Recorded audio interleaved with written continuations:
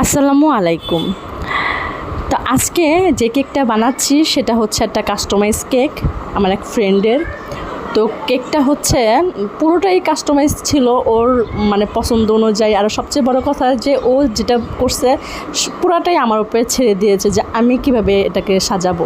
তো এই জিনিসটা আমার সবসময় খুব ভালো লাগে যে কাস্টমার যখন বলে যে এটা কেকটা আপনি আপনার মতো করে করেন, তখন আসলে কি অনেকটা টেনশন চলে যায়। তখন আমি আমার মতো করে বেস্টটাই ট্রাই করি।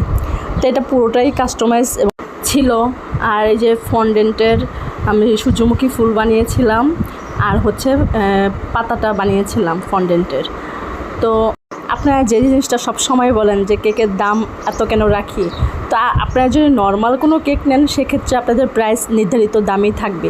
কিন্তু যখন আপনারা নিজেদের পছন্দে কাস্টমাইজ করবেন সেক্ষেত্রে তো আপনার আলাদা করে চার্জ দেওয়াই লাগবে, কারণ